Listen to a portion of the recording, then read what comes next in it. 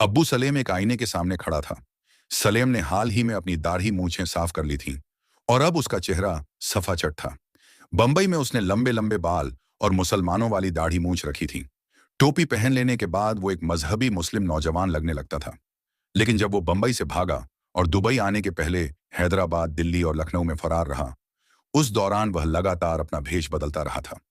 दाढ़ी मूछें साफ कर लेने के बाद वह पूरी तरह बदल चुका था और उसे अपने इस नए चेहरे से ऑब्सेशन हो गया। सलेम का ख्याल था कि उसका खूबसूरत चेहरा एकदम किसी बॉलीवुड के हीरो जैसा लगने लगा है। उसने अपने कपड़ों पर ध्यान देना शुरू कर दिया। जो लोग उसके साथ सालों तक रहे हैं, उनका कहना है कि वो अपनी शक्ल सूरत को लेकर इस कदर चौकन्ना रहता था कि हर घंटे अपने बालों को कंघी करता रहता था। अबू सलेम अब्दुल कय्यूम अंसारी एक कट्टरपंथी मुस्लिम परिवार से था, जो उत्तर प्रदेश आजमगढ़ से 30 किलोमीटर दूर सराय मीर नाम के एक छोटे से गांव में रहता था। उसका पिता अब्दुल कय्यूम अब्दुल हाफिज अंसारी अपने गांव का एक इज्जतदार वकील था और अपने बच्चों को पढ़ाना लिखाना चाहता था। कानून की दुनिया में कय्यूम वकील खास कामयाबी हासिल नहीं कर सका था। कय्यूम की मौत के बाद सलेम की मां जन्नतुन निसा 2 जून की रोटी कमाने के लिए बीड़ियां बनाने लगी। सलेम, जो अपने माँ बाप की दूसरी संतान था, ने 9वीं क्लास तक पढ़ाई की, लेकिन एक्सीडेंट में हुई अपने पिता की मौत के बाद उसे स्कूल छोड़ देना पड़ा और काम की तलाश करनी पड़ी। सलेम और उसका बड़ा भाई अब्बू हाकिम बाइक मैकेनिक के रूप में काम करने लगे और उसके 2 और भाई टीनेज में ही थे। उसने शुरू में दिल्ली में काम करने की कोशिश की, लेकिन लास्ट में वो बंबई आ गया। बंबई में उसके चाचा ने उसे आरासा शॉपिंग सेंटर में एक छोटा सा स्टॉल देकर रियल एस्टेट ब्रोकर के रूप में काम करने की इजाजत दे दी। ब्रोकर के रूप में काम करने का यही दौर था। वो दाऊद के भाई अनीस इब्राहिम के संपर्क में आया। जैसे ही गैंग में उसका ब्रेन वॉश हुआ, उसने अनीस के किसी भी हुक्म को गुलाम की तरह मानना शुरू कर दिया। उसके द्वारा निभाई गई कुछ जिम्मेदारियों के बाद अनीस ने उसे अपने जिगरी दोस्त की तरह बरतना शुरू कर दिया और 1993 के कम्युनल दंगों के बाद उसे संजय दत्त को बंदूकें और ग्रेनेड सौंपने की अहम जिम्मेदारी सौंपी। जब सलेम को संजय दत्त से मिलने उसके पाली हिल वाले बंगले पर जाने को कहा गया, तो वो बेहोश होते होते बचा था। गांव के दूसरे यंगस्टर्स की ही तरह सलेम भी फिल्मी स्टार्स से बहुत अट्रैक्ट था। उसने हथियारों और एक्सप्लोसिव्स का वो घातक पैकेज तो वहां पहुंचाया ही, लेकिन इस मौके का फायदा उठाते हुए स्टार को बार बार गले भी लगाया। संजय दत्त के साथ अपनी इस मुलाकात को वो कभी नहीं भूल सका। किसी फिल्म स्टार के साथ ये उसकी पहली मुलाकात थी। बड़ी बात तो ये थी कि संजय दत्त एक नामी गिरामी सुपरस्टार और फेमस एक्टर और एमपी सुनील दत्त का बेटा था। अपने गांव में रहते हुए तो वो ऐसे टाइम आने का कभी सपना भी नहीं देख सकता था। संजय दत्त की इस कदर नजदीकी ने उसके ईगो को बढ़ा दिया। बहुत बाद में दुबई पहुंचने के बाद सलेम को बेशक इस बात का एहसास हुआ कि यह सलेम की पर्सनैलिटी नहीं थी, जिसकी वजह से संजय दत्त ने उसके साथ फ्रेंडली बिहेवियर दिखाई थी, बल्कि इसकी वजह भाइयों के साथ उसका रिश्ता था। जिसके हाथ में बंदूक होती है, वो दुनिया पर राज करता है, उसने मन ही मन सोचा। उसने सोचा कि अगर उसके हाथों में ताकत आ जाती है, तो सारा बॉलीवुड उसके कदम चूमेगा। सलेम ने पाया कि अगर शकील दाऊद का राइट हैंड बन सकता है, तो वो भी अनीस का राइट हैंड बन सकता है। बस उसे थोड़ी चालाकी दिखानी होगी। अनीस ने उसे एक बार कहा था, हमारा धंधा डर का धंधा है, और दाऊद भाई ने सबके दिल में डर भर दिया है। सलेम ने उसकी तरफ देखते हुए जवाब में कहा, भाई मैं समझ गया, दाऊद के डर से यह धंधा चलता है। सलेम सीरियसली काम में लग गया। वो जानता था कि बंबई का रियल एस्टेट बिजनेस और बॉलीवुड पैसा पेलने वाली मशीनें हैं। अगर वो इन्हें डरा कर रख सका, तो वो 3 पीढ़ियों के लिए अपनी तिजोरियां भर सकता है। अनीस सलेम जोड़ी के लिए 1995 की शुरुआत एक धमाके के साथ हुई थी। 3 साल पहले ही तत्कालीन प्रधानमंत्री नरसिंह राव ने अपने वित्त मंत्री मनमोहन सिंह के साथ मिलकर सालों से चले आ रहे परमिट राज के बाद इंडियन इकोनॉमी को मुक्त किया था। डिफेंसिव पॉलिसीज और एडमिनिस्ट्रेटिव बैरियर्स के लंबे अरसे से जारी दौर के बाद उन्होंने इंडियन इकोनॉमी को खोल दिया था। इसका असर दूरगामी था, क्योंकि कई सेक्टर्स में प्राइवेट इंडस्ट्रियलिस्ट्स को बिजनेस की छूट दे दी गई थी। इंडिया की कमर्शियल कैपिटल बंबई पहला शहर था जहां लिबरलाइजेशन का इफेक्ट सबसे पहले देखने को मिला। कंस्ट्रक्शन एक्टिविटीज हर कहीं शुरू हो गई। सलेम के लिए साफ हो चुका था कि न सिर्फ बंबई के बल्कि शहर के आउटर एरियाज के बिल्डरों के यहां भी पैसे की तिजोरियां खुल गई हैं। ये बिल्डर्स मीरा रोड, नाला सोपारा, वसई और विरार तक, तथा सेंट्रल बॉम्बे के पड़ोसी शहर थाने से लेकर मुंबरा, डोंबिवली और कल्याण तक फैले हुए थे। सलेम ने अपने लड़कों से शहर में घूम फिरकर कुछ बिल्डरों के फोन नंबर लाने को कहा। शहर भर में ढेर सारे फोन किए गए और सलेम अपनी टूटी फूटी बम्बियां जुबान और यूपी स्टाइल की उर्दू के सहारे कई सारे बिल्डरों को धमकाने में कामयाब रहा। सलेम बंबई के व्यापारी समुदाय के दिलों में खौफ पैदा करने में कामयाब रहा था। कई बिल्डरों को अपने बटुए डीले करने पड़े। शुरुआती तौर पर मुंबई से मिले इस पैसे ने उसका मनोबल बढ़ाया और वो मगरूर हो गया। सबसे बड़ी बात थी कि अनीस को भी शौक लगा था। उसे आइडिया नहीं था कि आजमगढ़ जैसे दूर और पिछड़े इलाके से आया हुआ एक आदमी सच में बंबई के वेल्थी लोग को डराकर उनकी जेबों से कुछ पैसा निकलवा सकता है। दहशत, हिंसा और रक्तपात से फलती फूलती है।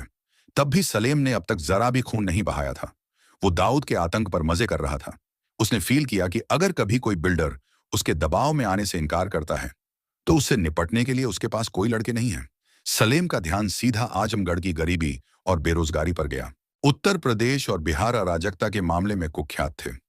तरक्की कोई खास नहीं, चारों तरफ भ्रष्टाचार और लॉ एंड ऑर्डर जीरो था। हताश कर देने वाली गरीबी यंगस्टर्स को क्राइम की तरफ ले गई है और ले जा रही है।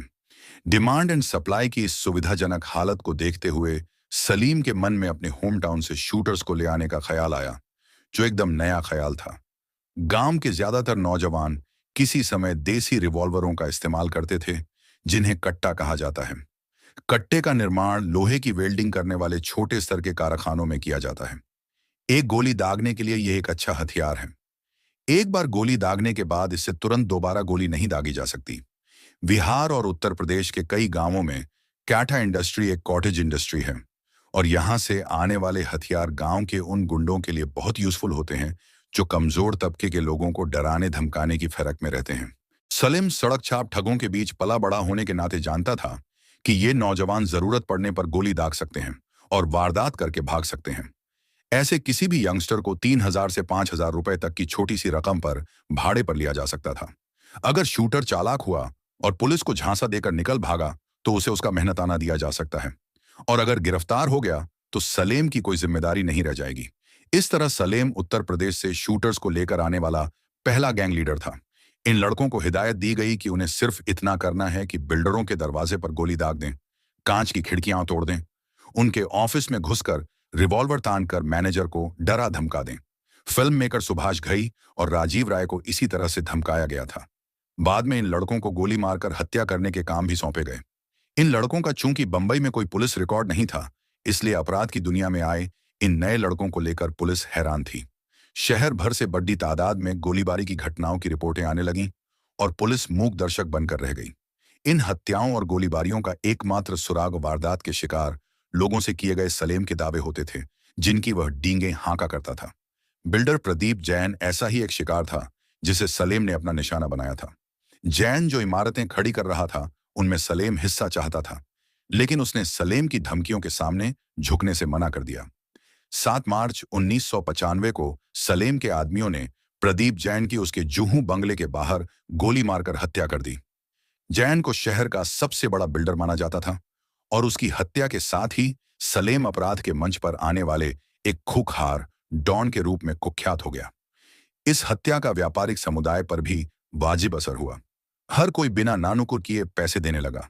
इससे सलेम गैंग के प्रति दूसरे असामाजिक तत्व अट्रैक्ट हुए। 2 बेहद खतरनाक शूटर सलीम शेख और सलीम हड्डी तुरंत ही गैंग में शरीक हो गए। यही नहीं, एक निलंबित पुलिस कांस्टेबल राजेश इग्वे भी शरीक हो गया। इग्वे मुंबई पुलिस के लोकल आर्म्स डिवीजन 11 से था और भ्रष्टाचार के आरोप में सस्पेंड कर दिया गया था।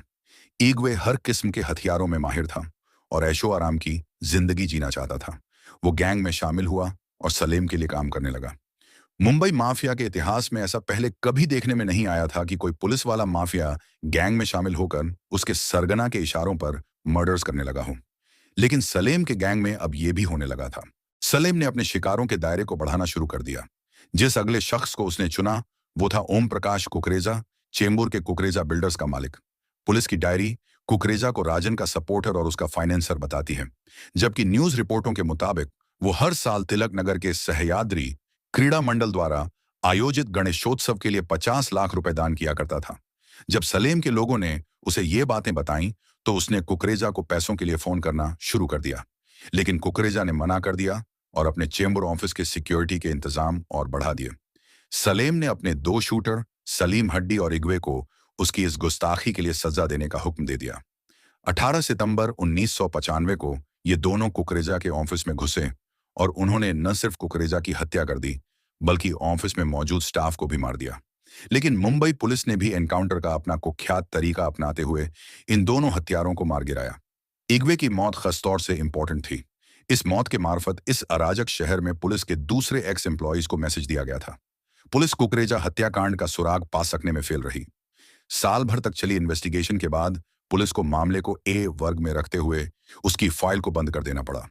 ए का मतलब होता है ऐसा प्रकरण जिसमें सच्चाई तो है लेकिन जिसका सुराग नहीं मिल सका। कुकरेजा, दाऊद और राजन गैंग्स की आपसी दुश्मनी का पहला शिकार था। कुकरेजा मर्डर से बौखलाकर राजन ने बदला लेने का फैसला किया। आगे की कहानी जानेंगे अगले एपिसोड में। वीडियो को लाइक करें और क्राइम्स इन हिंदी को सब्सक्राइब करें। Thank you.